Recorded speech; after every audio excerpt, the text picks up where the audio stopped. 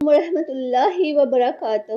کیا آپ جانتے ہیں کہ بہت سے لوگ ایسی اسلامی سوالات کے جواب نہیں جانتے جو ہر مسلمان کو معلوم ہونے چاہیے۔ آج کے ویڈیو میں ہم انہی سوالات کے جوابات جانیں گے، تو ویڈیو کو آخر تک ضرور دیکھیے گا۔ بسم اللہ الرحمن الرحیم۔ آج ہم آپ کے سامنے حضرت آدم علیہ السلام کے حوالے سے سوالات اور ان کے جوابات آپ کے سامنے پیش کریں گے۔ میرا پہلا سوال ہے کہ دنیا کے سب سے پہلے انسان کا نام بتائیے۔ حضرت آدم علیہ السلام۔ انسان دوئم کا نام بتائیے۔ حضرت حوا رضی اللہ تعالیٰ عنہ۔ حضرت آدم علیہ السلام کے والدین کا نام کیا تھا؟ وہ والدین کے بغیر ہی وجود میں آئے تھے، اللہ تعالیٰ نے انہیں اپنی قدرت سے پیدا کیا تھا۔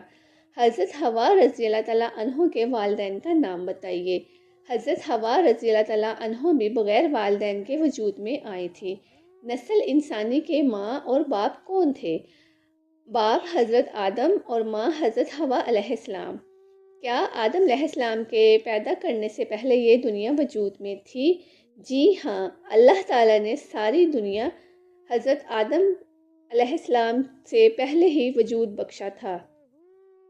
اللہ تعالیٰ نے حضرت آدم علیہ السلام کو کس چیز سے پیدا فرمایا؟ مٹی سے پیدا فرمایا حضرت آدم علیہ السلام کو اللہ تعالیٰ نے۔ حضرت آدم علیہ السلام کی تخلیق کس دن ہوئی؟ یوم عاشوراء، جمعے کے دن۔ ابو البشر کس نبی کو کہا جاتا ہے؟ حضرت آدم علیہ السلام کو۔